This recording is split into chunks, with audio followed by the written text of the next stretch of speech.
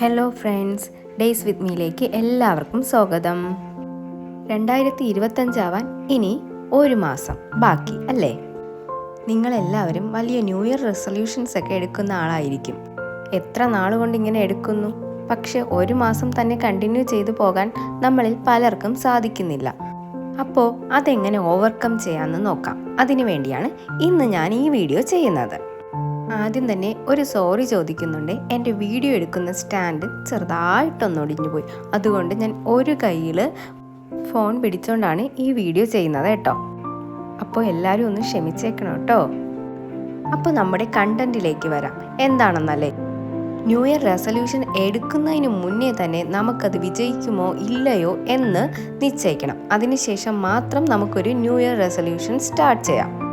അതായത് ഇപ്പോൾ 2025 ആവുമ്പോൾ നിങ്ങൾ ഒരാഴ്ച മുന്നേയൊക്കെ ന്യൂ ഇയർ റെസൊല്യൂഷൻസ് എടുക്കുമെന്ന് കരുതുക. ആ ന്യൂ ഇയർ റെസൊല്യൂഷൻ എന്താണെന്നോ അത് ഇപ്പം തന്നെ ഒന്ന് ചിന്തിച്ച് നോക്കൂ. എന്നിട്ട് 2025 സ്റ്റാർട്ട് ആവുന്നതിന് മുന്നേ ഒരു 20 ദിവസം ഇട്ട് അത് ചെയ്യാൻ പറ്റുമോ ഇല്ലയോ എന്ന് നോക്കാം. അതായത് ജനുവരി 1 സ്റ്റാർട്ട് ചെയ്യേണ്ട കാര്യം ഒരു ഡിസംബർ 10 ഒന്ന് സ്റ്റാർട്ട് ചെയ്ത് നോക്കൂ. എന്നിട്ട് ഒരു 20 ദിവസം കണ്ടിന്യൂ ചെയ്യാൻ പറ്റുമോ ഇല്ലയോ എന്ന് നോക്കാം. നിങ്ങളെ കൊണ്ട് പറ്റാത്ത കാര്യമാണെങ്കിൽ 10 ദിവസം തന്നെ പോകത്തില്ല.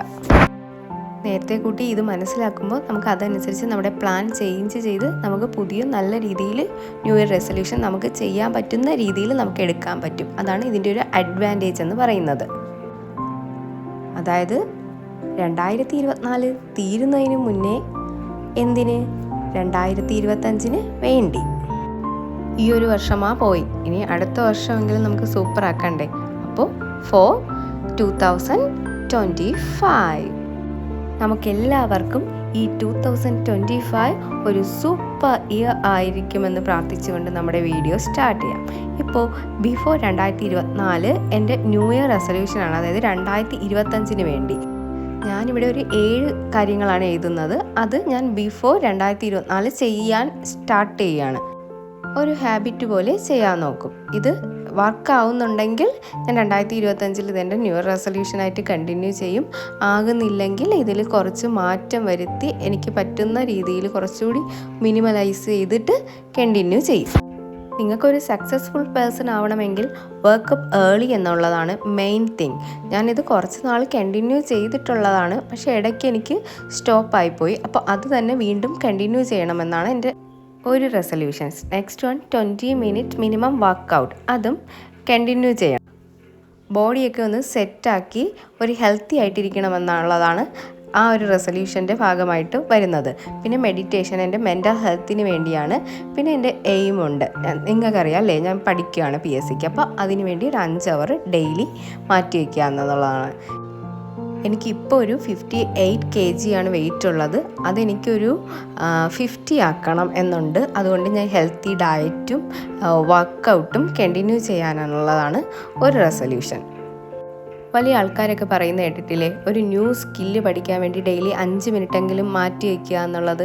ഞാനത് ഇംഗ്ലീഷ് പഠിക്കാൻ വേണ്ടി എൻ്റെ പ്രൊനൗൺസിയേഷനും എൻ്റെ ഇംഗ്ലീഷ് കമ്മ്യൂണിക്കേഷൻ സ്കില്ലും ഒക്കെ ഇമ്പ്രൂവ് ചെയ്യുക എന്നതാണ് ഞാൻ ഫോക്കസ് ചെയ്യുന്ന ഒരു ന്യൂ സ്കില്ലെന്ന് പറയുന്നത്. അതുപോലെ തന്നെ സ്ലീപ്പിംഗ് ഈസ് ഇമ്പോർട്ടൻറ്റ്.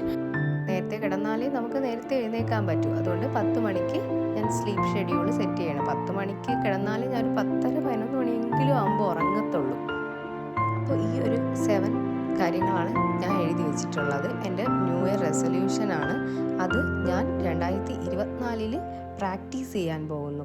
സക്സസ് ആവോ ഇല്ലയോ എന്ന് നോക്കാം.